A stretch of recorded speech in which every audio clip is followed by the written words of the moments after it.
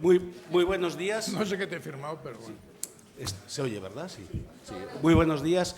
Hoy vamos a seguir con esta mesa a la que el profesor Calleja ha tenido la amabilidad de invitarme, como casi todos los años. No todos, hay alguno que falla. Y para mí es un enorme placer y un privilegio estar aquí. Vamos a intentar hacer esta mesa en dos fases, ¿no? Una primera fase en la que vamos a comentar cuáles fueron los aspectos más relevantes del Plan Nacional y por qué creemos que el Plan Nacional ha sido un plan de éxito. Y después vamos a tener unas presentaciones para, digamos, qué significa la actualidad del Plan Nacional, qué es lo que se sigue haciendo del Plan Nacional y finalmente haremos un debate donde yo creo que lo que tenemos que hablar fundamentalmente es de lo que nos falta, ¿no? Nos falta un poquito, pero algo nos falta. Entonces, para esta primera parte que os he comentado de qué ha significado el Plan Nacional, vamos a intervenir 4 personas, la doctora Buti, el profesor Rubén Moreno, el profesor Agustín Galvillos, la profesora Buti, que de hecho doctora en vez de profesora, y yo mismo, y después vamos a hacer las presentaciones. Profesora Buti, ¿qué ha significado el plan desde tu punto de vista? Gracias Javier y gracias José Luis también por la invitación. Para mí el éxito del Plan Nacional ha sido el acceso universal al tratamiento, los antivirales directos. Y esto ha significado un beneficio para los pacientes se han curado, ha mejorado su calidad de vida, no han desarrollado complicaciones, ha supuesto un éxito también para el personal sanitario, porque hemos vivido un cambio radical en la enfermedad. Y también ha supuesto un éxito para la economía del país. Hemos disminuido los ingresos hospitalarios y lo que hemos gastado, o lo que se ha gastado, está bien invertido, porque la carga económica de la enfermedad, el número de trasplantes hepáticos ha disminuido. Por lo tanto, para mí el plan ha sido un éxito en el cual se han integrado diferentes sectores de la sociedad, de la política, de profesionales de la salud, en beneficio de todos. Pero también tenemos algunos retos. Pero como solo me has preguntado qué ha significado, vamos por lo positivo y celebremos los 10 años. Agustín.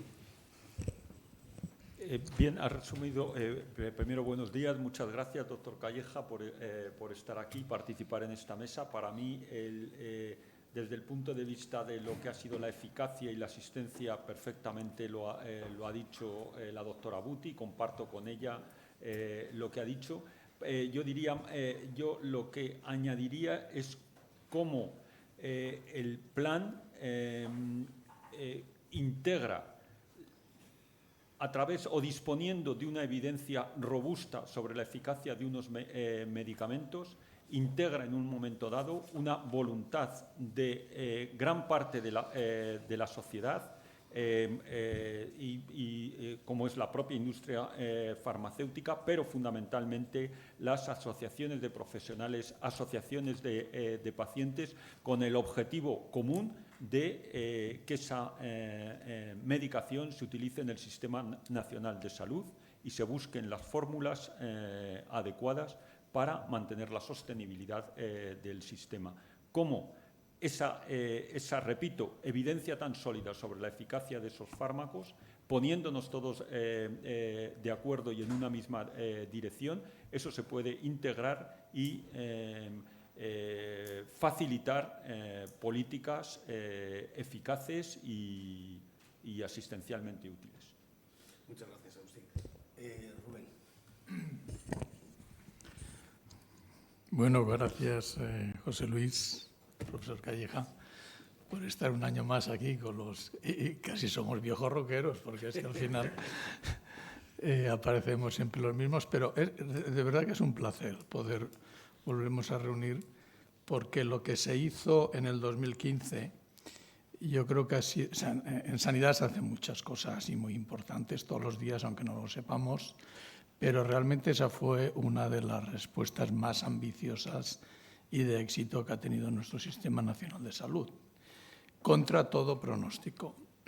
porque lo habitual es, y habéis hecho algunas preguntas antes aquí, y eso que no había mucho político, es tirar balón fuera.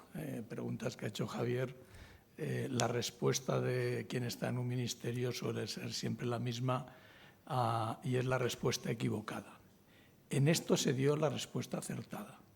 Se pudo coordinar a todos los actores, eso incluía a los profesionales que estabais en las trincheras, en primera línea de batalla, también a los pacientes a los que hubo que realmente convencerles de que confiaran en el proyecto que se tenía entre manos y en la respuesta que se iba a construir. Por supuesto, a la industria farmacéutica, sin ella esto hubiera sido imposible, y un tema no menor en nuestro país, que son las comunidades autónomas.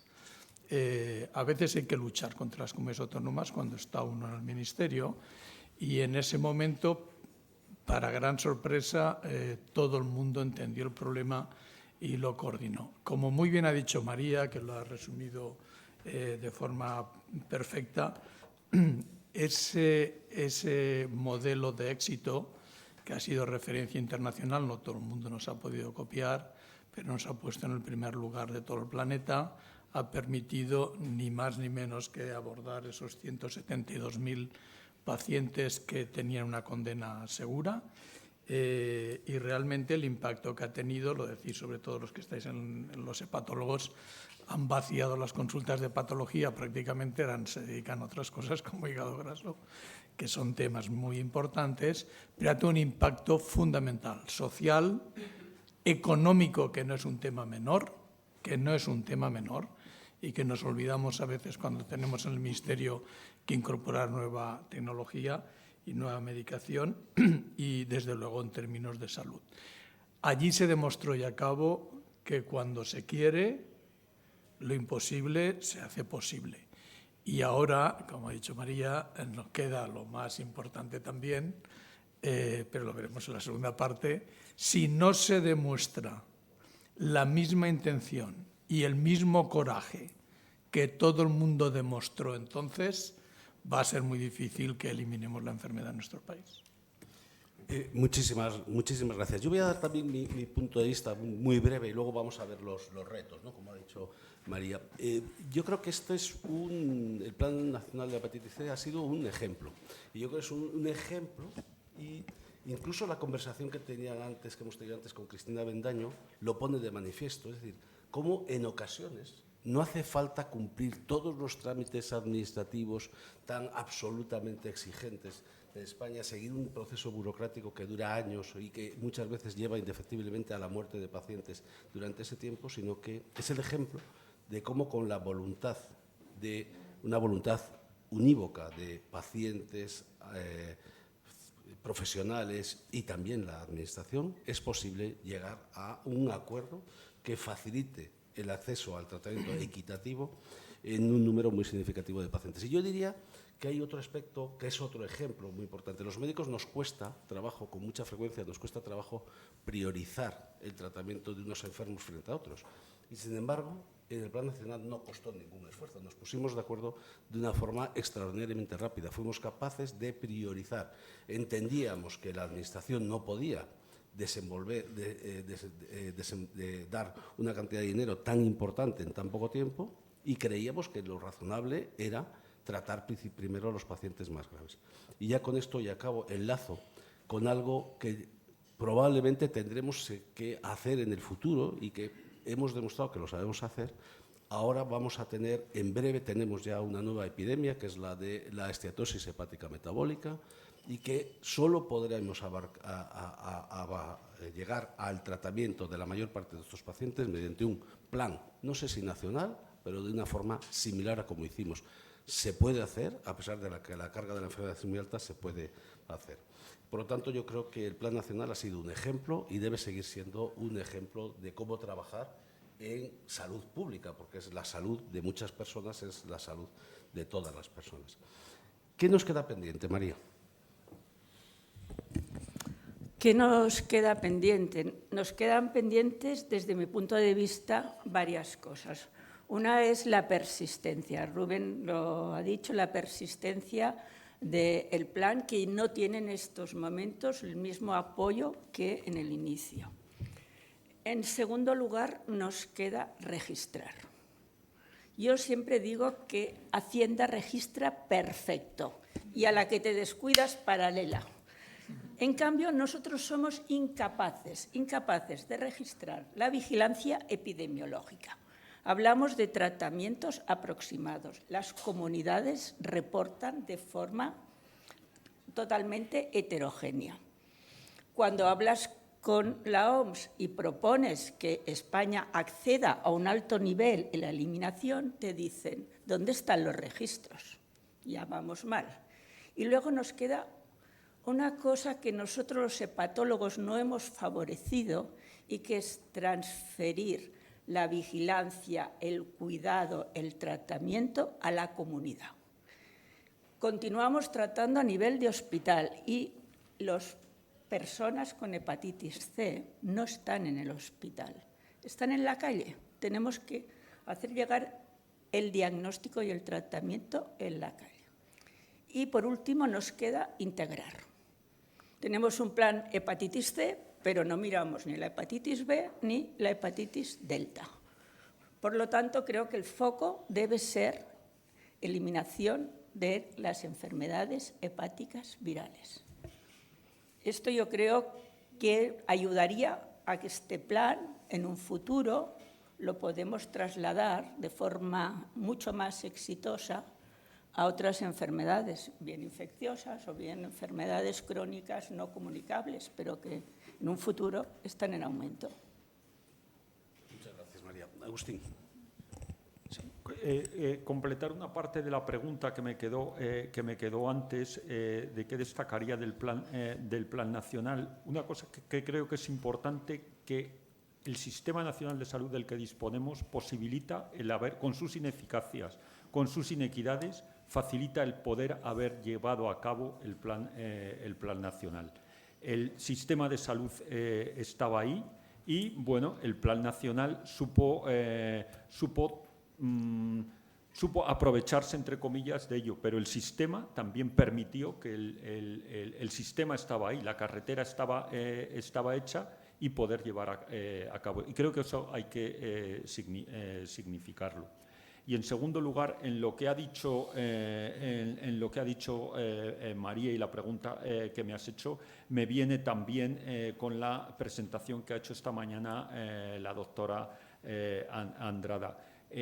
Yo pienso, y viene muy al hilo de la hepatitis A, lo que hace falta es, pues todas son enfermedades infecciosas, entonces es un plan que debe englobar la eliminación y la eliminación y la detección de las hepatitis virales.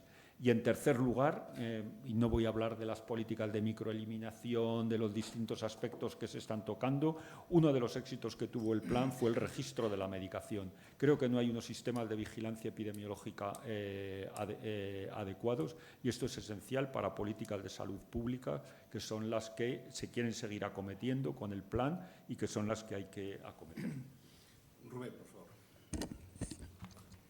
Sí, bueno, en realidad pasamos de la gestión de una crisis grave, que además se nos ha olvidado, pero coincidió con la del ébola, todo el mundo se fijaba en el ébola, pero el gran problema que teníamos era de la hepatitis C, y hemos pasado ahora a la obligación de la erradicación de forma proactiva. Y eso, a mi modo de ver, se basa o se debe basar en tres ejes fundamentales. Uno de ellos es, lo habéis dicho ya, ir a buscar al paciente donde esté. Normalmente no está en las consultas, en los hospitales, y hay que ir a esos a pacientes no diagnosticados por los sistemas de microeliminación, centros penitenciarios de drogodependencias, a zonas de migrantes con alta prevalencia, etcétera, etcétera, con pruebas rápidas en el punto de atención y diagnósticos en un solo paso del test and treat. El segundo es convertir la atención primaria, y creo que nos van a hablar de eso, en motor de la detección, como se está haciendo en Galicia, con cribado oportunista, y simplificar los circuitos, eso sin ninguna duda. Yo, sinceramente, mantengo, alguna gente se enfada conmigo, pero mantengo que el cribado poblacional es necesario. O sea, si tú preguntas al Ministerio si es eficiente, los sesudos que se dedican a esto te dirán que no es eficiente. Bueno, claro, ya lo sabemos, no es eficiente. Pero para la eliminación sí, claro que es eficiente.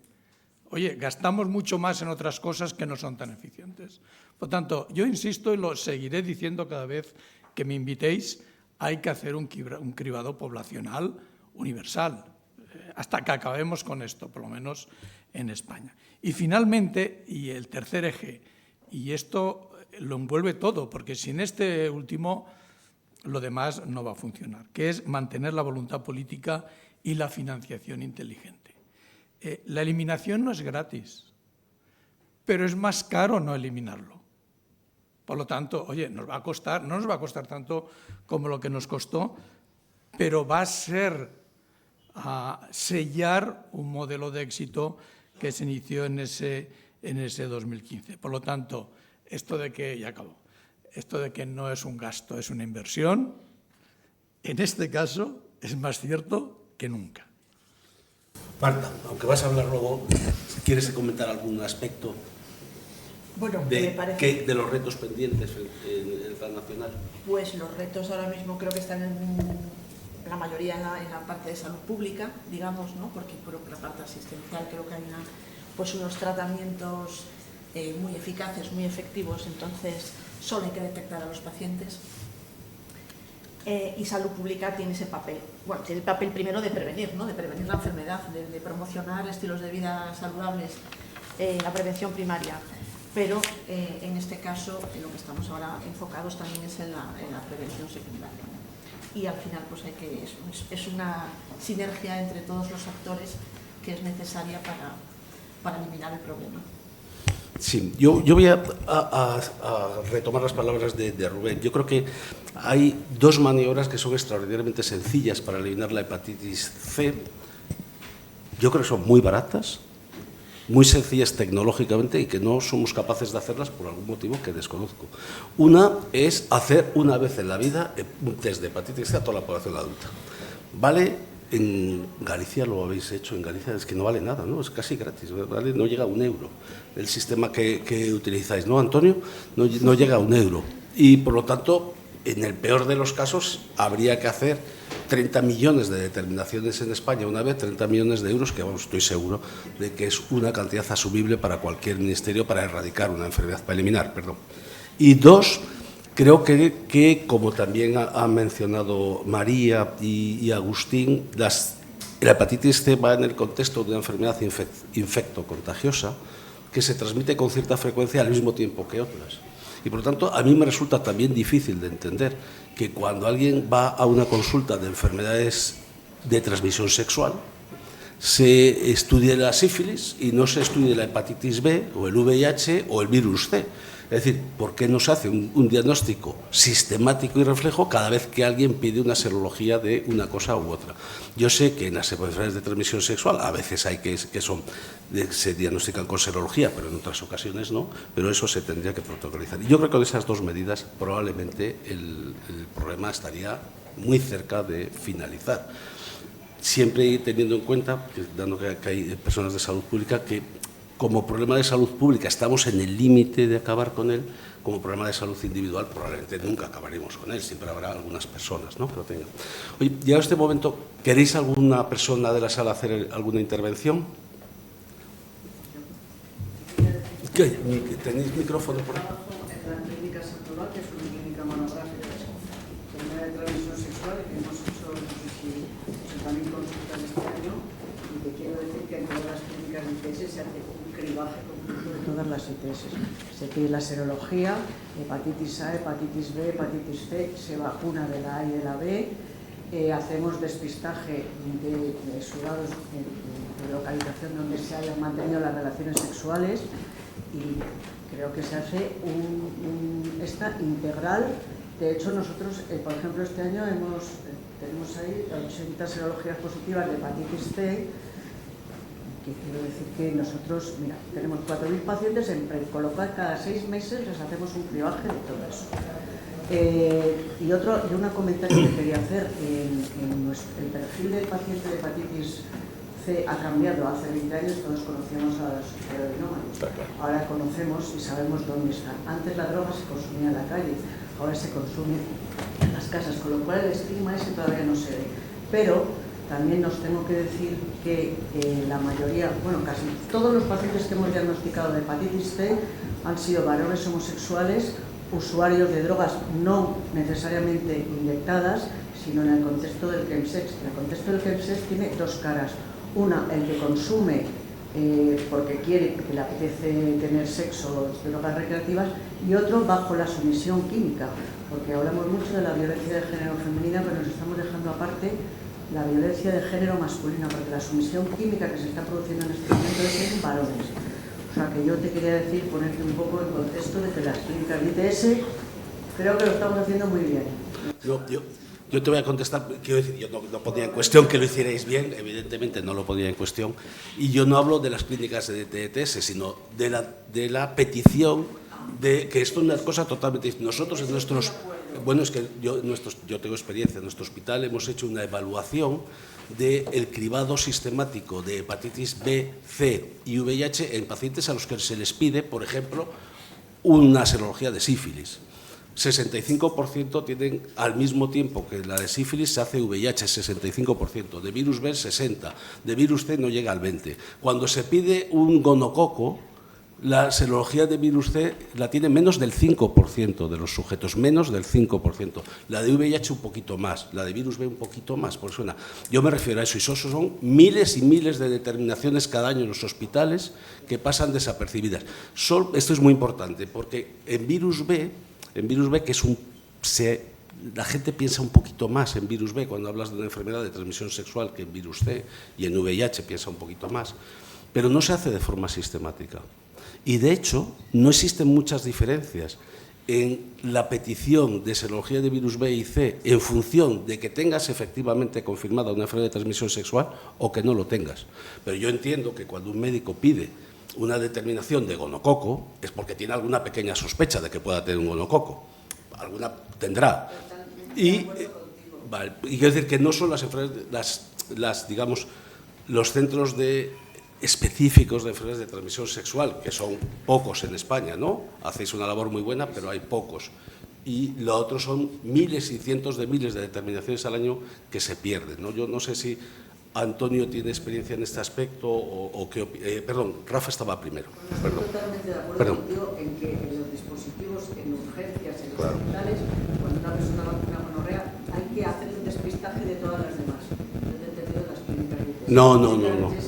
Pero efectivamente el médico que está en urgencias, está en infecciosas, está en neurólogo. Cualquiera de nosotros. Que se diagnostica una ITS, tienes que descartar todas las demás. No. Desde el punto de vista microbiológico, Perdóname solo no si se diagnostica, si se sospecha, porque puedes no tener, ya, bueno, es muy importante, puedes no tener una sífilis y tener un virus B.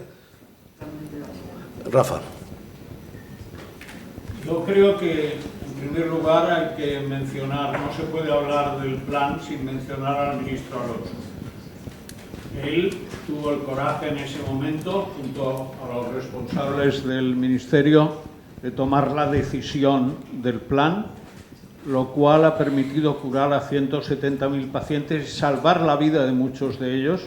Por tanto, el agradecimiento y el reconocimiento de los hepatólogos a él será siempre fantástico. Y quería hacerle una pregunta a Rubén Moreno, que es otro de los protagonistas del plan.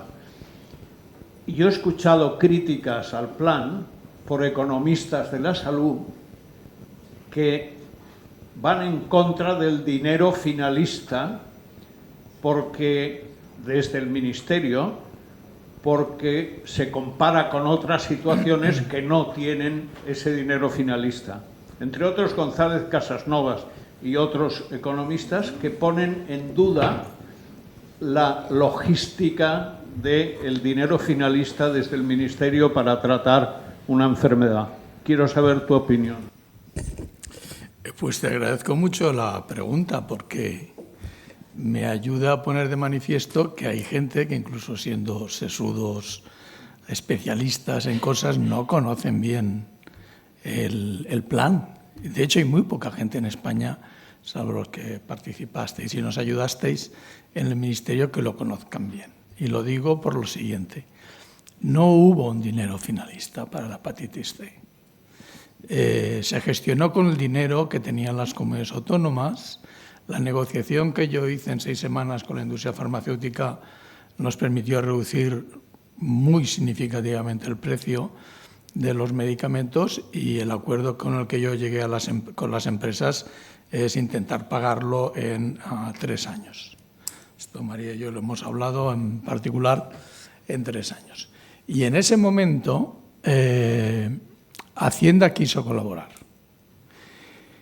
Y bueno, hizo una pregunta, necesitábamos menos de 1.000 millones, pero bueno, pongamos 1.000 millones porque a los vascos se les fue la pinza, perdonad la expresión, y esto lo hablé en Barcelona el otro día con los responsables y he entendido por qué, porque en aquel momento no lo entendía.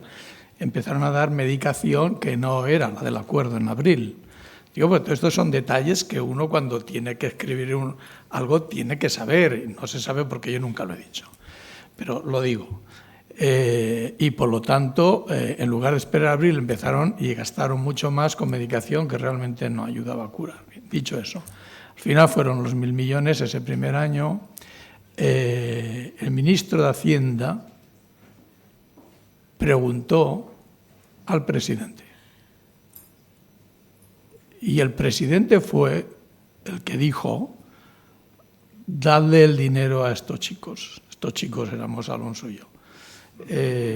Y el dinero, con autorización del presidente, cosa que no se ha sabido hasta que hicimos un documental, ahí, en fin, este último que se hizo, en el que habéis participado la mayoría de vosotros, se gestionó a través del FLA, del Fondo de Liquidez Autonómica. Por lo tanto, lo hicieron las comunidades autónomas con cargo al FLA para ir después devolviéndolo. Con el FLA haremos lo que tengamos que hacer, pero no fue un dinero finalista. Por lo tanto, no se puede decir que para solucionar este problema se dedicaran 1.000 millones en concreto, sino que estaba incluido, los economistas dicen subsumidos, te echas a temblar cuando dicen subsumido en los presupuestos de las comunidades autónomas. Antonio, un último comentario y ya pasamos a las presentaciones. ¿Cuál es tu experiencia respecto a ese cribado, digamos, o el diagnóstico reflejo de las hepatitis virales y las enfermedades de transmisión sexual? Pues mi percepción es que se están perdiendo muchísimas oportunidades. Ya lo vimos en esas encuestas que hemos hecho y es una pena que, bueno, quizá por la diferente presentación que tienen, ¿no? Que las hepatitis virales, pues muchas veces son enfermedades silentes, ¿no? Esa diferencia de, pues, una sospecha de una sífilis o una gonorrea, ¿no? Y yo creo que se están perdiendo muchísimas oportunidades de cara a poder aprovechar esas consultas para poder diagnosticar cualquier tipo de hepatitis viral, sea B o C, y si es una B, pues buscar lógicamente la delta. Muchísimas gracias. Yo creo que vamos a acabar esta primera parte de la mesa. Muchísimas gracias por vuestra participación y a continuación nos van a contar 3 personas algunas perspectivas del Plan Nacional desde el punto de vista autonómico, ¿no? Y la primera va a ser Marta Piñeiro, que es la directora del Centro Gallego para el Control y Prevención de las Enfermedades de la Xunta de Galicia, que nos va a contar su experiencia. Vamos tarde, por mi culpa probablemente, pero las presentaciones tienen que ser relativamente breves. Muchísimas gracias. Pues gracias por la invitación. La voy a hacer de pie, claro, para mostraros un poco lo más importante. Bueno, no es la primera vez que estoy aquí, así que no sé si hay alguien que ya conoce un poco la estrategia de Galicia, que es, bueno, pues la adaptación a nuestra comunidad autónoma del plan para la eliminación como problema de salud pública de la hepatitis C. Lo tenemos publicado en gallego, castellano y hasta un extracto en inglés en la página web, o sea que es de muy fácil acceso para todo el mundo. y la estrategia nuestra pues la publicamos a finales de 2022. La verdad es que está teniendo mucha repercusión, sobre todo por la medida del cribado etario oportunista, que supongo que es la medida que más se distingue en nuestra comunidad autónoma, porque en el resto, pues, salud pública tiene también, como os decía, como daba unas pinceladas antes, tiene también otras funciones, aparte de la detección de la prevención secundaria, que es la prevención primaria y la promoción de la salud. Así que esta estrategia tiene 5 ejes, uno sobre vigilancia epidemiológica, porque es cierto lo que decía la compañera de mesa, que no se vigilaba bien y sigue sin vigilarse de una manera eficiente, pero en Galicia, por ejemplo, no sabíamos los casos que teníamos y ahora pues ya tenemos una detección de casos. Sabemos que unas 7 casos por cada 100.000 habitantes estamos detectando cada año, no solo por el cribado etario. También es cierto que no son de incidencia nueva, sino que son detecciones de infecciones anteriores. Luego está el eje de la prevención primaria y promoción de la salud, el eje de la prevención secundaria en la detección de casos, que es el más importante y el de mayor impacto, y luego el eje de diagnóstico y tratamiento y un eje de formación e investigación. En el eje 3, que como os digo es el más importante, pues hay toda una serie de líneas destinadas a buscar pacientes, buscar esos casos desconocidos, sobre todo, hay una línea en la búsqueda de casos retrospectiva a través de algoritmos para buscar en la historia clínica posibles casos que, detectar pacientes que tienen alguna evidencia de tener alguna prueba positiva y no tener evidencia de curación. Pero, como os digo, la prospectiva en el ámbito sanitario o en las poblaciones de difícil captación, porque es cierto lo que decíais, estos pacientes no son de los que más acuden a los centros sanitarios, pues son los que centran y le dan esta importancia a esta estrategia. La motivación, en base al estudio de seroprevalencia que se hizo en España en 2018, que decía que la prevalencia de infección activa era de un 0,22%, pues nosotros estimábamos que en nuestra población gallega pues habría unos 4.500 casos de hepatitis y el 83% se agrupaban en las cohortes de 40 a 69 años, ¿no? Y ahí teníamos un número estimado de casos de 3.800. Y sabíamos también que el 30% de la gente desconoce su estado. Entonces íbamos a la búsqueda de esas personas. Claro, cuando nosotros planteamos un cribado etario oportunista, habiendo también además un informe de la evaluación de la Agencia de Evaluación de Tecnologías Sanitarias desfavorable, pues tuvimos que romper muchos, ¿no? muchos techos y además nosotros en Galicia, pues en una población que bastante envejecida, pues estábamos, no sé si puedo ir para atrás. Nuestra población de 40 a 69 años, nuestra población diana es de 1.200.000 personas. Entonces, obviamente, era una medida que iba a tener impacto. Así que, y no voy a hacer muchos spoilers porque entiendo que Antonio Aguilera va a contar ahí el meollo de por qué pudimos hacer, pero tenemos el honor de tener aquí a uno de los artífices y causantes de que esto se pudiera llevar a cabo. Cuando dimos el paso adelante dijimos, pues vamos a establecer una cronología. Empezábamos a cribar en el 2023 la cohorte de 50 a 59 años, en 2024 la de 60 a 69 años y en 2025 la de 40 a 49 años. Y empezamos muy bien en 2023, empezamos en enero, empezamos pilotando con Santiago. Además de la línea habitual, ordinaria, en una consulta de detectar a las personas con factores de riesgo, lo que nosotros implementábamos con el cribado etario era que por defecto a toda persona que cumpliera ese rango de edad y se le fuera a hacer una analítica por otro motivo, pues que le saliera automáticamente la prueba para hepatitis C. Y así pues lo pudimos configurar, ya os digo, las claves, el compromiso inicial, la colaboración de todas las microbiología, todos los servicios asistenciales implicados y salud pública, la oportunidad, que luego ya os cuenta un poco Antonio Aguilera porque se puede hacer, y la configuración de automatismos y del pooling en la analítica. Todo eso hizo posible que al final hiciéramos el cribado. creamos un petitorio específico para esta prueba, de manera que la podemos identificar en nuestros sistemas de información. Pudimos configurar que este cribado saliera preseleccionado para los grupos de edad en cada año, para las cohortes implicadas, lo que facilitó muchísimo el trabajo para todos los profesionales. El mismo sistema recoge el consentimiento del paciente y además se instaura un control de repetición de manera que solo se haga una vez a cada persona esta prueba.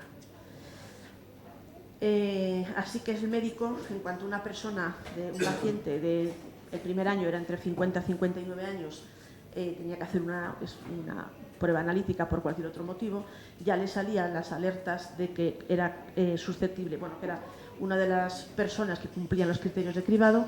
Ya le hay un petitorio específico que sale además premarcado, con lo cual el médico el profesional médico principalmente, lo único que tiene que hacer es comentarlo con el paciente, tener su ok, digamos, y recoger el consentimiento, y ya sale automáticamente la prueba. Del pooling no os voy a hablar porque está aquí, como os digo, el artífice. Y luego todo esto se completó pues, con tanto información para la población, con trípticos en todos los centros de salud, como información para cada área sanitaria, protocolos específicos para cada área, porque cada área tiene un sistema de petición de muestras distinto o no todas tienen el mismo, vídeos y webinars con los profesionales. Está todo colgado, o sea que está todo disponible, aunque está en gallego la información gráfica. Así que en julio de 2023 conseguimos la implantación en todas las áreas sanitarias. Galicia tiene 7. Comenzamos en enero con Santiago y en julio estaban las 7 y toda atención primaria tenía el sistema. Y casi todas también las estructuras de atención hospitalaria, no todas. Y se hicieron más de 283.000 pruebas y se detectaron 372 positivos, con muy buena aceptación en todos los profesionales. Más desglosado, os diría, vamos a ver, de los 372 positivos, 169 ya eran hepatitis prevalentes. Solo identificamos 2 incidentes agudas, es decir, que había evidencias en la historia clínica por pruebas anteriores negativas, y 201 pues, incidentes, pero no se sabe si agudas. Por edades, claro, como os decía, nosotros teníamos un cronograma que no se cumplió estrictamente. Ahora mismo, estamos en 2025 y deberíamos estar en la tercera cohorte, estamos en la segunda. O sea, todas las áreas tienen implantadas 50-59 y 60-69. Y progresivamente están metiendo las cohortes de 40-49. A final de año no sé si lo vamos a conseguir, pero bueno, también alargamos un año más y bueno, ya está. Tenemos ahora mismo un 23% de toda esa población diana cribada, que es realmente, aunque este es el tercer año, pues llevamos 2 años, porque en julio de 2023 estamos cumpliendo 2 años de implantación. Y la detección de casos, pues claro, la cohorte de 50-59 es la más cribada, con lo cual está teniendo 306 casos de los 372. Sí que estamos encontrando una positividad, un 0,13, inferior a aquellos estudios de seroprevalencia del año 2018, pero no sé si hay alguna información más que queráis saber. Creo que eran 10 minutos, ¿verdad? Bueno, pues más acciones. Como os decía, esto está automatizado y por defecto ya le sale a todos los profesionales sanitarios, pero además hay que ir a otros colectivos, a otros tipos bueno, esto no es una patología, que es un embarazo, pero otro tipo de situaciones fisiológicas o otro grupo de colectivos en los que pues es importante también. Y también algunos ya lo tenían, muchas áreas sanitarias ya lo tenían, pero nos aseguramos de que todas las áreas sanitarias implementaran por defecto la serología de hepatitis C en el primer trimestre del embarazo, en las pruebas, en el pool de pruebas que le hacen a las embarazadas. Y llevamos pues en estos 2 años pues unas 25.000 pruebas con unos 60 positivos. También tenemos algún convenio con organizaciones no gubernamentales, esto es CASCO, el Comité Ciudadano Antisida de Coruña, y entonces con ellos pues teníamos un convenio a través del cual iban a hacer pruebas de detección precoz, pruebas rápidas, a zonas de ocio los fines de semana. Se desplazaban en una furgoneta y allí, pues aparte de dar formación y bueno, consejo, pues hacían pruebas rápidas de VIH y de hepatitis C. Se hicieron 578 pruebas, se detectaron 2 VIHs y una hepatitis C, pero bueno, era gente joven, la mayoría entre el 67% entre 16 y 35 años, el 70% manifestaban tener prácticas de riesgo y el 82% no se había hecho nunca una prueba. Por tanto, es muy importante ir también a esta gente que no va a ir gente joven que sí. Es raro que acuda a un centro sanitario porque todavía están en sanos, ¿no? ¿Y en qué seguimos trabajando? Pues en ampliar la detección en la gente joven que no tiene percepción del riesgo, ni del VIH ni de las ITS, pero esto sí que es cierto que está también combinado con otras detecciones de otras ITS. En reforzar la detección en prisiones, porque sí que es cierto que tienen un protocolo de cribado a la entrada, pero a veces los presos no duran una semana porque se cambian de centro enseguida, los reubican y a veces se pierde el resultado. Y luego en las unidades de salud mental, ¿no? Unidades de salud mental donde también se debería instaurar algún tipo de prueba por defecto de cribado en estas poblaciones. Trabajamos también con los servicios de urgencias y esto, pues como siempre, colaborando, porque a veces no hay cosas que ya están hechas, y aquí la Sociedad Española de SEMES, de Medicina de Emergencias, pues ya hizo un protocolo de 6 situaciones de especial riesgo para tener VIH, y ya se está aplicando en Galicia en todos los servicios de urgencia. Lo que pasa es que ahora vamos a incluir la hepatitis C. Y además, bueno, estas son las situaciones en las que ellos proponen hacer el cribado de VIH de hepatitis C, profilaxis, pues exposición VIH, neumonía, Chensex, fiebre sin foco, herpes zóster, procedencia de países de alta prevalencia de VIH, sospecha o detección de una ITS, síndrome nucleótico y plaquetas bajas. También nosotros le llamamos urgencias Vixía a este programa, y también está disponible en la página web. Y es muy importante la detección en urgencias porque por ahí, como estábamos comentando antes, efectivamente hay mucha gente que acude, gente joven sobre todo, que acude a los servicios de urgencias y no es captada luego en un sistema de atención primaria. Seguimos trabajando en alianzas también, pues estamos teniendo reuniones con expertos para hacer unas recomendaciones, una evaluación de la situación y recomendaciones para seguir abordando el VIH y la hepatitis C en Galicia. También estamos trabajando con Gilea en aplicar un modelo predictivo de riesgo, no sé si puedo contar más. Y también quisiéramos hacer la vigilancia más moderna y proactiva, y tenemos un modelo de un caso de uso porque estamos usando las oficinas de farmacia en Galicia para vigilar las infecciones respiratorias agudas en base a las ventas de antígenos, de test de antígenos y de antigripales. Y entonces pues puede ser también unos buenos colaboradores las oficinas de farmacia a la hora de, sobre todo de detectar gente que puede tener ITS o por ventas de determinados fármacos o determinadas consultas.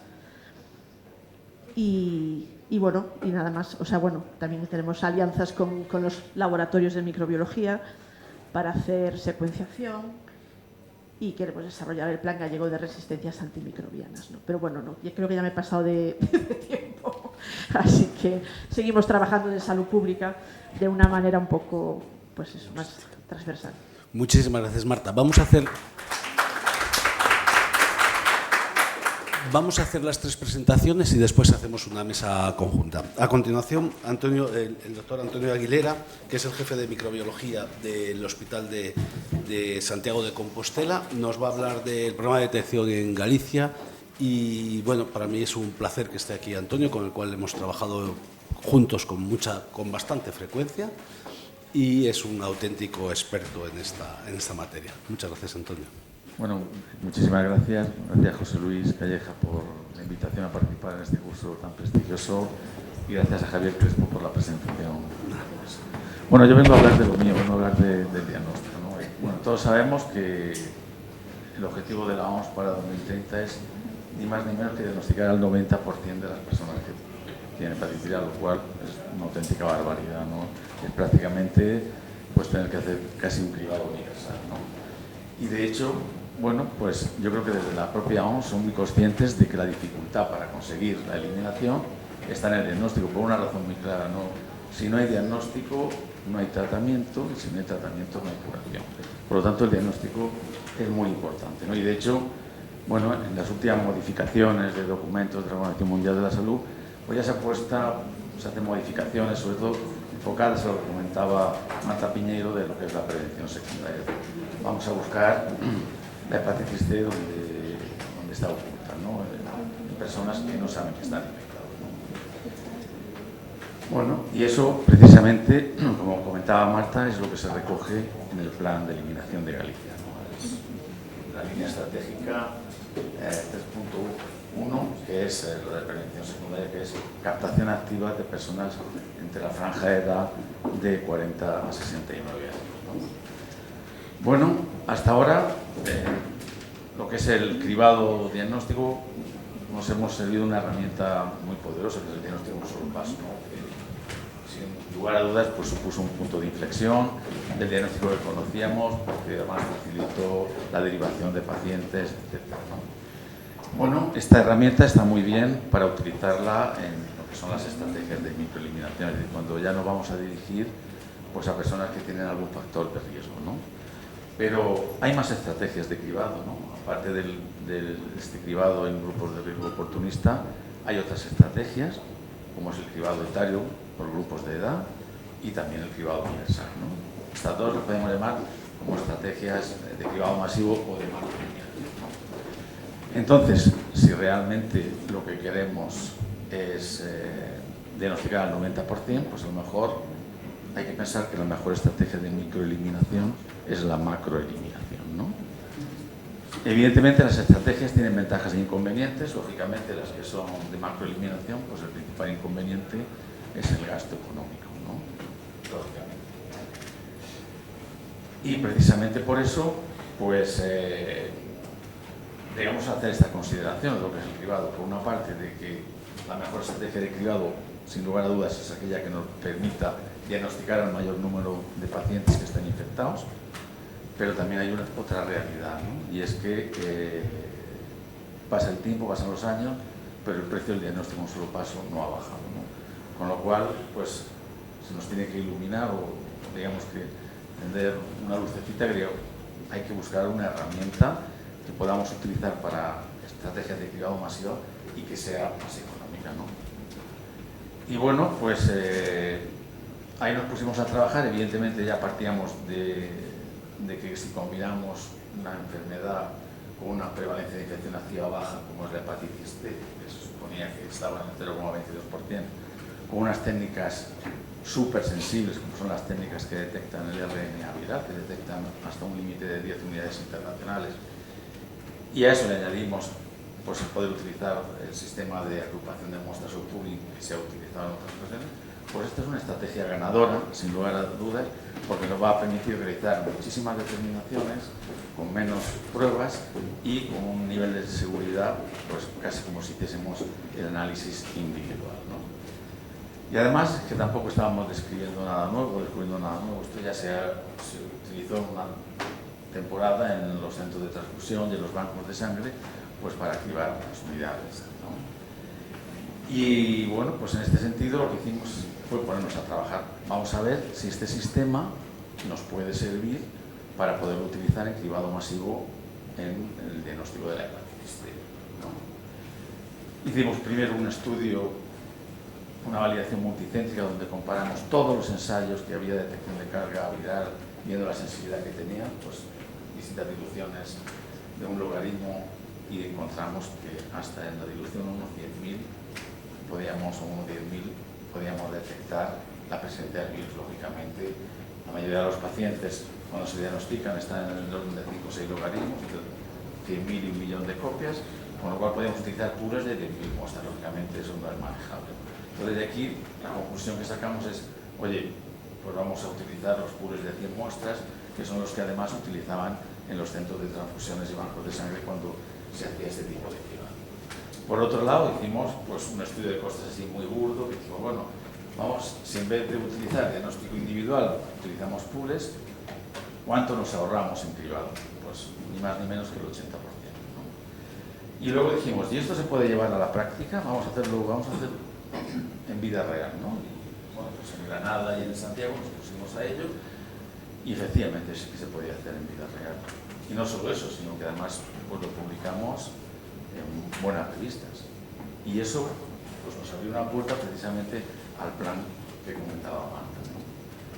Evidentemente, también hay que tener suerte y encontrarse con personas audaces en este mundo, ¿no? Uno puede tener unas ideas buenas, porque él crea que son buenas, pero si no tienes a nadie que las apoye, estás perdido, ¿no?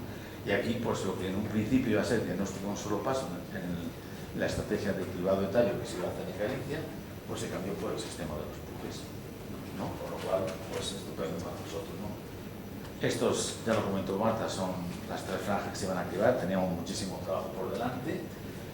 Y lo que sí que hicimos, como fuimos el centro piloto, fue hacer un equipo de trabajo. Vamos a planificar y aquí, pues, siempre las cosas cuando se trabaja en equipo salen muchísimo mejor, ¿no? Pues Intendencia de Salud Pública, la Dirección Médica del Hospital, Microbiología, lógicamente informática, análisis clínicos, atención primaria y patología. Y entre todos nos pusimos a diseñar más o menos lo que comentó. Pues, un sistema que incluye de cara al diagnóstico actuaciones que son muy innovadoras, ¿no? El paciente que vaya a una consulta primaria ya, si está dentro de esa franja etaria que se va a cribar, se integre inmediatamente la prueba de detección, por una parte. Luego que se pueda recoger el consentimiento informado verbal en la historia clínica y para mí, como soy microbiólogo y médico diagnóstico, pues lo más importante que es el sistema de los pools, ¿no? Aparte, este sistema de agrupación de muestras es un sistema muy versátil, es decir, no está encorsetado, ¿no? Se pueden utilizar todos los sistemas informáticos que hay pues para hacer, que son los que realmente te van a permitir detectar que haya trazabilidad, es decir, que en cada momento sepas qué muestras están en cada pool y de qué pacientes pertenecen. Y luego, aparte, en todo lo que se refiere al equipamiento, tanto en la robótica de los que van a hacer los pools, como en los equipos de detección, tanto del RNA como de anticuerpos, pues vale cualquier equipo. De hecho, pues los 7 hospitales públicos gallegos, cada uno tenemos unos sistemas hijos de su padre y de su madre y todos funcionan perfectamente. Lo que hacen los equipos es muy sencillo, con 100 muestras hacen 10 pools de 10, con 5 de 10 hacen uno de 50 y con los otros 5 de 10 el otro de 50 y con los otros de 50 hacen uno de 100. De tal manera que si el resultado es negativo en el pool de 100, pues vamos a detectar el RNA viral, pues ya va a adjudicar 100 resultados negativos a los 100 pacientes, ¿no? Y si fuese positivo, pues lo que haríamos sería procesar los 2 de 50, de tal manera que de los 2 de 50 que resulte negativo va a adjudicar 50 resultados negativos y el positivo pues vas a tener que procesar los 5 pools de 10 con el plural efectuado.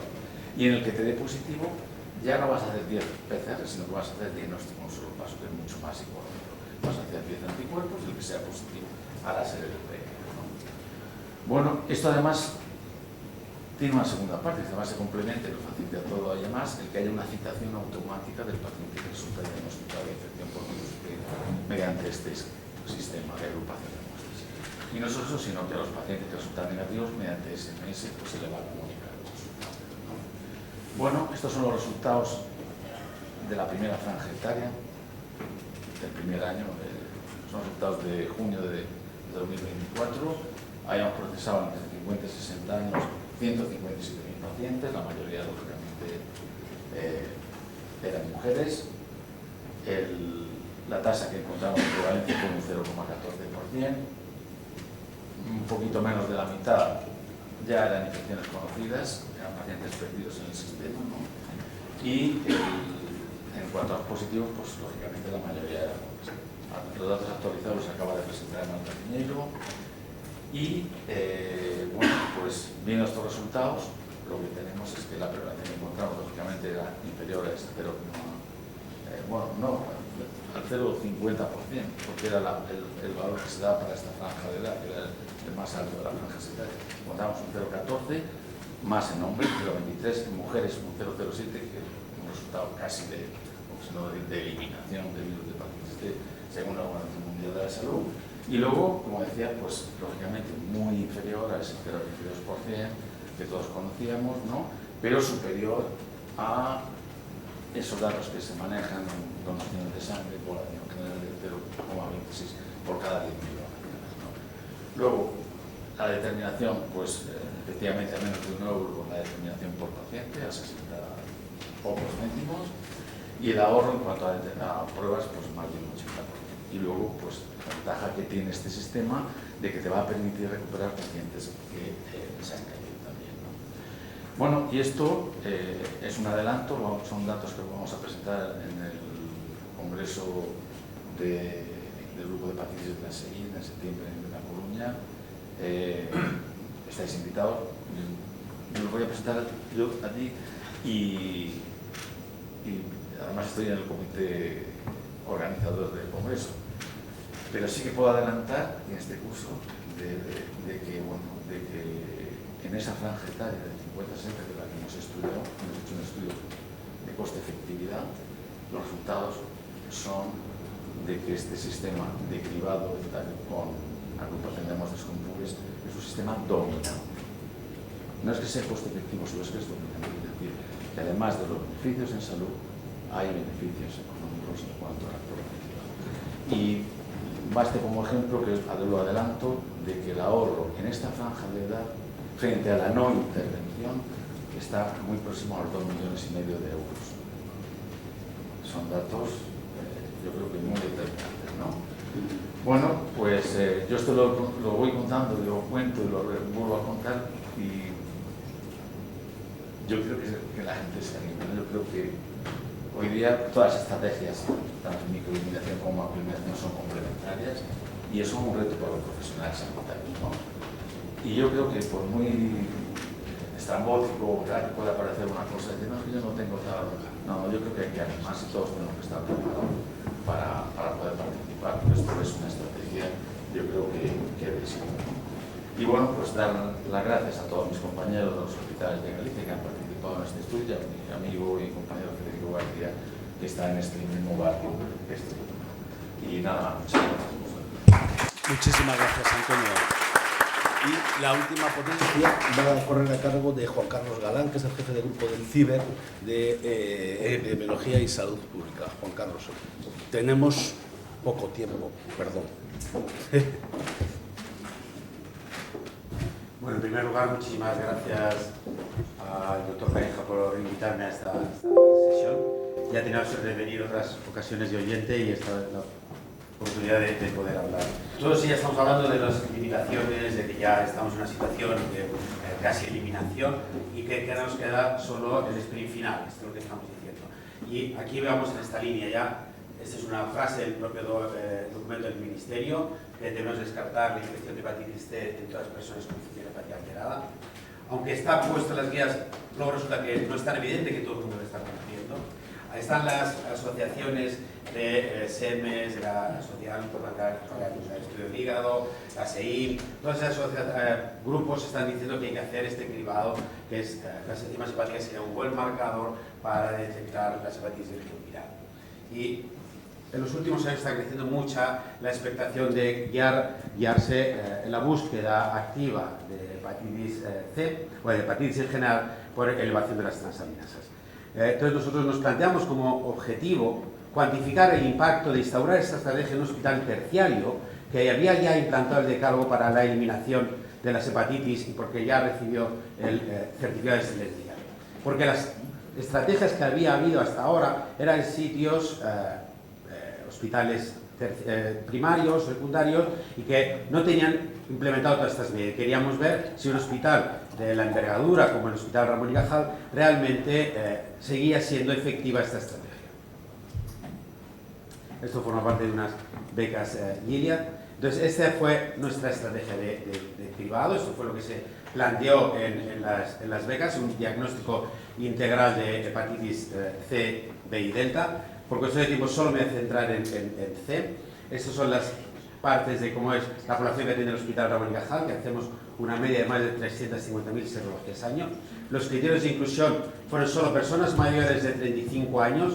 Descartamos por debajo, porque según los datos del Ministerio solo representan el 10%, y tendríamos que cribar más del 22% de la población para poder identificar ese 10%. Pusimos como criterio que no serologías previas en los 2 años anteriores, solo pacientes de atención primaria y de urgencias, es decir, pacientes que a lo mejor eran más difíciles de vincular, sobre todo en urgencias, y con una ALT como marcador específico de daño hepático superior a 40. Estos son los primeros datos que tuvimos. Solo 7.500 personas durante un periodo de 8 o 9 meses. Más de 7.500 personas cumplían el criterio de una ALT por encima de 30 para mujeres o 40 para hombres. De esos, en 48 no se pudo hacer el cribado de hepatitis C por diferentes motivos. De los 7.500 restantes, se identificó anticuerpos en 167 pacientes y de esos 59 eran pacientes virémicos. Esto supone que era el estudio con mayor casuística hasta ahora de España. Suponía que en un hospital como el nuestro aumentábamos entre 40 y 50 serologías, es decir, aumentábamos un 20% el número de pruebas a realizar.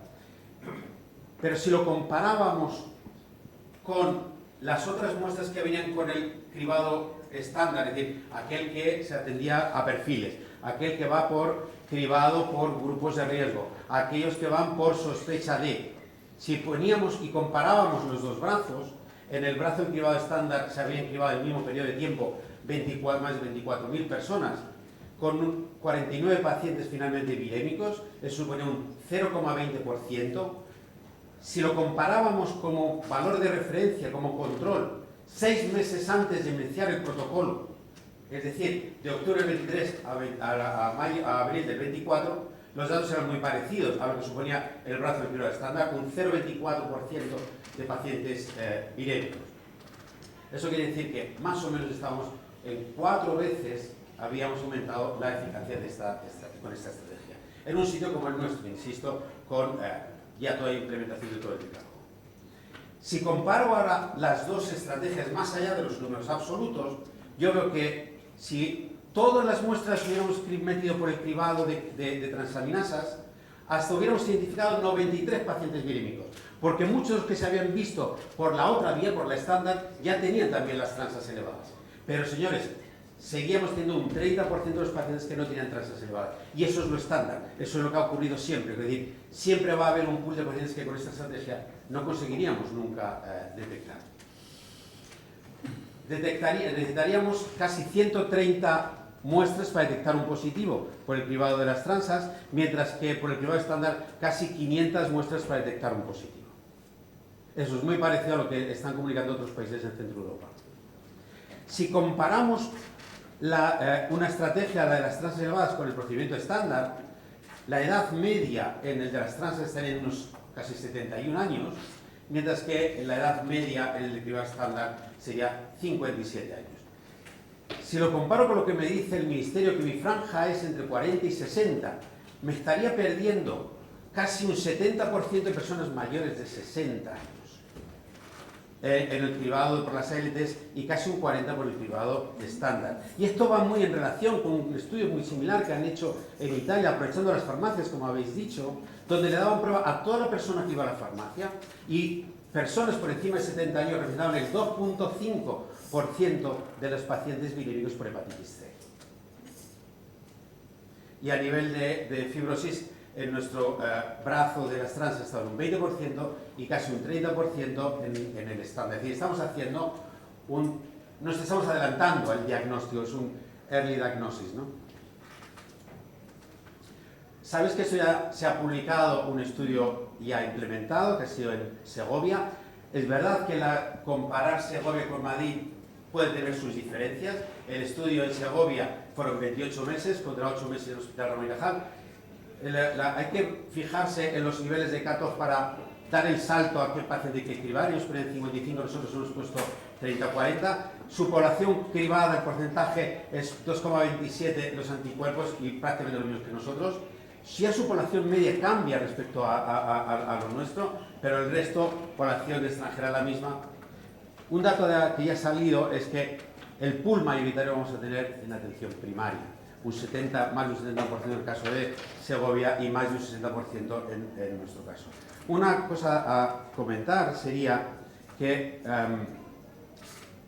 poco más del 60% de los casos son pacientes que se han podido vincular y tratar. Y es un tema que tenemos que ver, porque muchos son pacientes que se han diagnosticado en urgencia, que son transitorios, gente que vive en calle, gente que luego, cuando se les va a localizar, no acuden, no responden a las llamadas, o si acuden a las llamadas, luego no van. Hay una serie de cosas que hacen que el sistema no sea tan perfecto como podría inicialmente pensarse. ¿Qué cosas creo que podríamos mejorar más aún de este sistema? Es que hemos utilizado unos umbrales que vienen de unas transas por encima de 40, esos son valores de los años 80. Ya la Sociedad de Gastroenterología en el 2017 ya nos dijo que teníamos que bajar, y recientemente este último artículo dice que tendríamos que estandarizar en función de la edad. Si yo aplicara esos criterios a mi población, podría detectar más pacientes todavía, pero se me seguiría escapando todavía un 20% de la población que no tendría nivel de transacción por encima de estos valores. Una cosa importante es porque hay algunos centros que están haciendo la búsqueda con un triaje, hacen transas, y si transas elevadas, hacen un triaje con FibroScan. Aquí hemos hecho lo mismo. Hemos comparado también este brazo, el brazo izquierdo, que ya lo que os he comentado, pues el 0,78, ya aumenten 4 veces la eficiencia, con el brazo que los pacientes fueran cribados por FibroScan. Es evidente que al final, en el FibroScan, hasta un 2,5% de los pacientes eran pacientes virémicos.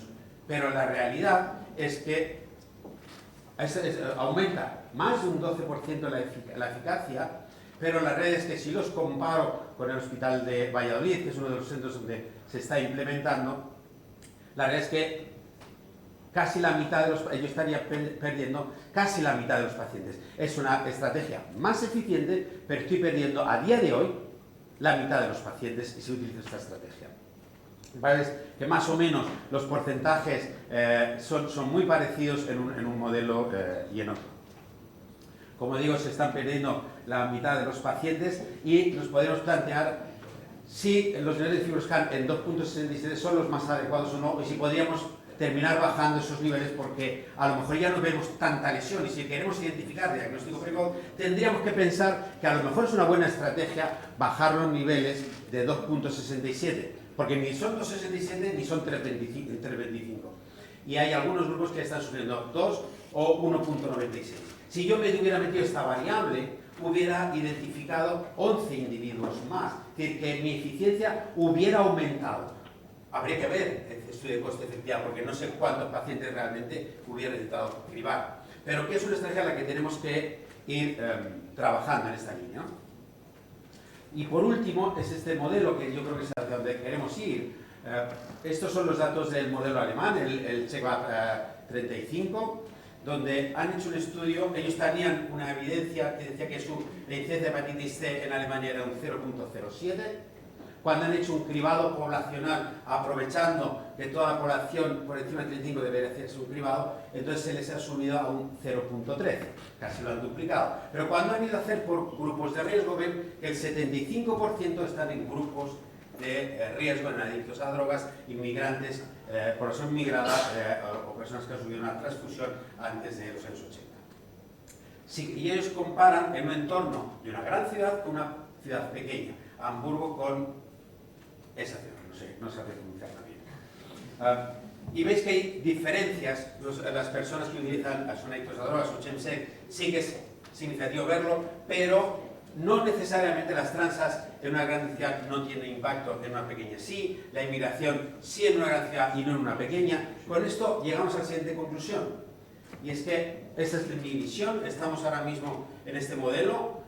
ahora mismo creo que la mejor estrategia es solo cribar por transas como factor de riesgo. Cuando esto siga descendiendo, probablemente la siguiente estrategia sea transas con triaje con FIP4, un FIP4 más ajustado, y finalmente todos los FIP con todos los grupos de riesgo cuando ya la bolsa sea mucho más pequeña de la que creemos que es. Y estas serán mis conclusiones. La estrategia de cribado basado en transas elevadas con marcadores de riesgo resulta ser una medida eficaz para la detección de nuevos pacientes virémicos. Esta estrategia, por supuesto, no sustituye de momento al cribado estándar, ya que más de un tercio de los pacientes se presentarán con transas no elevadas. La estrategia de cribado basada en transas y en triaje por FIP4 resulta ser más eficiente en el número de pacientes necesarios para detectar un paciente virémico, pero se están perdiendo a día de hoy la mitad de los pacientes y, por tanto, no debería ser la mejor estrategia a día de hoy. Ambas estrategias tienen áreas de mejora basadas en la optimización de los umbrales y las sucesivas pautas de triaje. Y si bien la implementación es exitosa en todos los escenarios, en todos los modelos que podemos testar, existen variaciones regionales particulares que obligan a que cada uno lo implemente en su área para ver cuál es su área de acción y cuál es su población diana. Uno será mejor de la hepatitis B, otro será opciones de mejora de la hepatitis C y otro será B. Y, por supuesto, agradecer a todo el grupo que participó en el hospital en la eliminación de la hepatitis C, por supuesto a Beatriz Mateo, a Agustín Albillos y a mis profesores de laboratorio que han participado en esta acción. Pero es gastroenterología, infecciosas, farmacia, psiquiatría, microbiología. Esto es una acción multidisciplinar. Yo solo estoy representando a una parte de esta visión. Muchas gracias. Sentaros 2-3 minutos para alguna pregunta. Queda abierta a la discusión. ¿Alguna pregunta? Agustín. Yo simplemente un comentario. Destacaría que el 50% de los pacientes tenían fibrosis significativa, el 50% de los pacientes del Hospital de Segovia, el 30% de los pacientes del hospital nuestro. Creo que es un dato muy relevante. Son 2.000 pacientes. Perdón. Sí, pero es un grupo de positivos muy pequeño. ¿Cuántos eran? 2.000 y algo eran los de plata. No, pero positivos era... Los positivos... Era 0, no sé cuánto. Sí, era el 1.02 le salía a ellos. Sí, es un número muy pequeño. De todas maneras, esto que has puesto, perdona, de los 70 años, es que hace 10 años ya oíamos hablar de 40-60. Claro, ahora son 50-70. Y probablemente dentro de un poco tiempo será 60-80. Claro. Perdón, y otra cosa que me llama la atención, claro, decía que muchos pertenecerían a un grupo de riesgo, pero es que esta gente no se considera de riesgo y no pide una prueba, porque el riesgo ha pasado a lo mejor hace 20 años. Entonces, por supuesto. Muchas de estas gentes eran personas mayores que están en residencias ya que no se han sido cribadas nunca. Esa es la primera. Segundo, por supuesto, estoy de acuerdo en los 50-70, pero el dato del Ministerio me sigue diciendo 40-60. Uy, voy a hacer es la última actualización, 2024. ¿Me permitís hacer, Juan Carlos, te voy a hacer un comentario malvado, pero malvadillo? Oye, cribar al que está enfermo no es cribar, es diagnosticar. Y el que tiene las transaminasas altas no se criba, se diagnostica. Entonces, yo creo que este es un mensaje muy importante, porque tiene las transaminasas altas porque está enfermo. Porque si le detectas la hepatitis C, no le estás cribando, le estás diagnosticando. Y a mí me da un poco de miedo que el mensaje sea, tengo transaminasas altas, le miro el virus C, oye, si no las tienes altas, no se lo mires. Y la segunda parte de este mensaje es, oiga, le mira el virus C, le mira el VIH, le mira el Wilson, le mira el déficit de alfa-antitripsina y le mira todo lo que le tenga que mirar, porque le tienes que diagnosticar. No niego la mayor. No niego la mayor. Por supuesto, esto está dentro de una acción estratégica, de una búsqueda de hepatitis integral. Solo he contado de C. Por supuesto, hacemos estrategias parecidas para VIH. No digo que no, pero mi misión es intentar aplicar un diagnóstico rápido, un diagnóstico, si me permites, diagnóstico en un solo paso, aprovechando las transas elevadas, porque es verdad lo que dices, pero no todo el mundo está buscándolo con hepatitis, con alteración de transas elevadas, está buscando cuál es la causa final. No, si yo lo entiendo, lo hago un comentario porque hay una previa, y es que la encuesta del Ministerio es gente que iba al centro de asistencia primaria. Y esto invalida a la población joven infectada, que obviamente no va al centro de asistencia primaria. Y por lo tanto, yo creo que hay que volver a cribar a gente joven con o sin factores de riesgo para saber la prevalencia exacta en ese grupo de personas. Rubén quería hacer un comentario. Sí, solo una cosa, y gracias, Rafa, porque además está muy bien traído esto. En lo que yo os pueda aconsejar, sed ambiciosos todo lo que podáis. Y os pongo un ejemplo, si os dejan, pero hay que dar la vara a quienes están en la responsabilidad en los distintos sectores. Solo os pongo un ejemplo. La primera vez que yo entré en contacto con un problema masivo de hepatitis C no fue cuando llegué por segunda vez al Ministerio, sino cuando llegué a la Consejería de Sanidad en Valencia. Con 5 casos de hepatitis en un hospital privado, decidí que había que secuenciar, no diagnosticar, secuenciar 6.000 muestras de pacientes, de otros tantos pacientes, secuenciar el virus completo para demostrar que 271 procedían de un anestesista que estaba pinchando todo esto. ¿Sabéis lo que es secuenciar 6.000 muestras de 6.000 pacientes? Uno puede decir, oye, pues vamos a ir investigando poco a poco.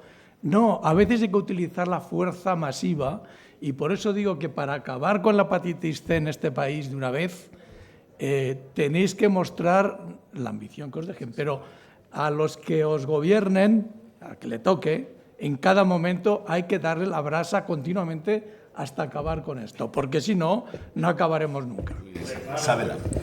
Yo tengo 2 preguntas cortas, una para Marta Piñeiro y otra para Antonio Aguilera. Marta, ¿cuáles son los resultados de la segunda fase? Una vez diagnosticados esos 200 pacientes que tenían hepatitis C activa que no eran conocidos, ¿cuántos han llegado al hospital? ¿Cuántos se han tratado? ¿Y si tenéis datos de si había enfermedad hepática avanzada? Sí, no están publicados, pero sí que tenemos datos. Se inician el tratamiento el 74% de las personas. Nosotros, es cierto que no inician todas el tratamiento, pero bueno, 74% son los datos de los 2 primeros años. Y lo finalizan el 80% de esos. Entonces, bueno, por cierto, es cierto que a veces son pacientes que no acuden porque no quieren. O sea, no es que porque hay un circuito de derivación inmediata, se les cita, se les ofrece, pero bueno, es cierto que hay personas que tienen otras prioridades o con otras desestructuras en la vida y no sé, es cierto que no inician todos, pero bueno, 3 de cada 4. ¿Y datos de cirrosis, de prevalencia de cirrosis? No los tengo.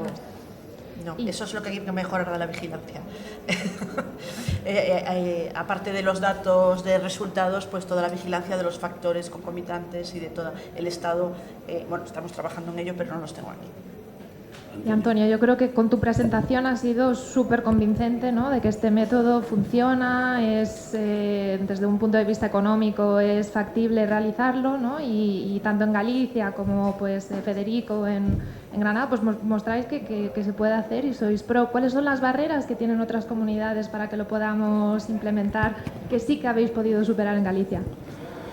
Pues la primera barrera es la que comentaba antes, de dar con personas audaces que apuesten por el método, ¿no?, por ese tipo de cribado. Nosotros tuvimos la suerte de, está feo que lo diga, pero Marta Piñeiro fue una de ellas y Carmen Durán, que es la directora de Salud Pública, que apostaron desde el primer momento. Y luego yo también aprovecho para invitar a que vengan allí a Galicia a verlo, porque está implementado en los 7 hospitales del sistema público, con diferentes herramientas, pero funciona exactamente igual de bien, ¿no?, para que si alguien tiene alguna duda o le da miedo dar el paso y tal, pues que vea que es súper sencillo, es que funciona solo. Es decir, al principio cualquier cambio siempre daba miedo, ¿no?, pero cuando es un cambio en positivo y cuando es una estrategia, como decía antes, tan exitosa como esta, pues la verdad es que merece la pena. Yo realmente, bueno, te pueden comentar, es que la historia clínica que tenemos en tal zona pues no es tan buena, no puedo poner el consentimiento informado verbal o no aparece son cosas que con voluntad se pueden solucionar. María, no, Antonio. Consentimiento informado, ¿cómo es el mecanismo del consentimiento informado? Pues, en nuestro caso fue el principal problema. Claro, pues el paciente llega, abres la historia, si está dentro de esa franja etaria ya se le va a crear automáticamente la prueba y tú a continuación lo que haces es solicitarle el consentimiento para hacer la determinación. Si dice que sí, pues pones sí, y si dice que no, no. Y muchas veces ocurre que la información, o sea, el sistema tiene tal trazabilidad y funciona tan bien que a nivel de laboratorio llega la información del consentimiento. Es decir, a veces, si hay el más mínimo error de que con esa persona se va a hacer una extracción y él no ha dado el consentimiento, esa muestra no se va a procesar. María, Sí. María, que va a ser la última intervención. No, Antonio, en todos los programas siempre encontramos una prevalencia de infección por virus C más baja de la que estimábamos y esto se ha comprobado en los diferentes programas. Pero vosotros habéis encontrado una prevalencia extremadamente más baja de lo que esperabais. ¿Qué papel crees que han podido jugar los pools? Pues los pools ninguno. O sea, lo que yo creo que ha jugado papel es lo bien que se ha estado trabajando. Yo creo que desde el primer momento, desde el inicio del plan, aprovecho para que es un plan exitoso de poder tratar al mayor número posible de pacientes, ¿no? Yo tengo datos que no los he comentado de la segunda franja etaria, de 60 a 70, ¿no? La prevalencia es todavía muchísimo más baja. En mujeres es del 0,03 y en hombres es del 0,14. Y de hecho, pues esto también tiene otra parte positiva, y es que cuando se vaya a testar la franja de 40 a 50, pues a lo mejor en vez de utilizar pools de 100 muestras se pueden utilizar de 200 perfectamente, porque no va a haber ninguna pérdida de sensibilidad. Muy bien. Bueno, muchísimas gracias a todos por estar esta tarde. Disculpas porque el moderador se ha portado mal y ha tardado 15 minutos o 20 más y nos vamos a ver. A las 4 estamos. A las 4 tenemos que...